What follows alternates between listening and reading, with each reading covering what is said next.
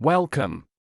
In today's video, we will explore how to install and use alternative app stores on your iPhone in 2025.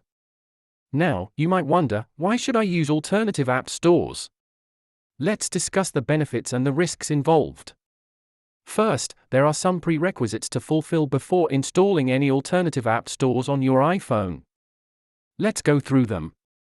Now, let's get into the step-by-step guide for installing your first alternative app store. Once installed, navigating the alternative app store interface is straightforward. Here's how it looks.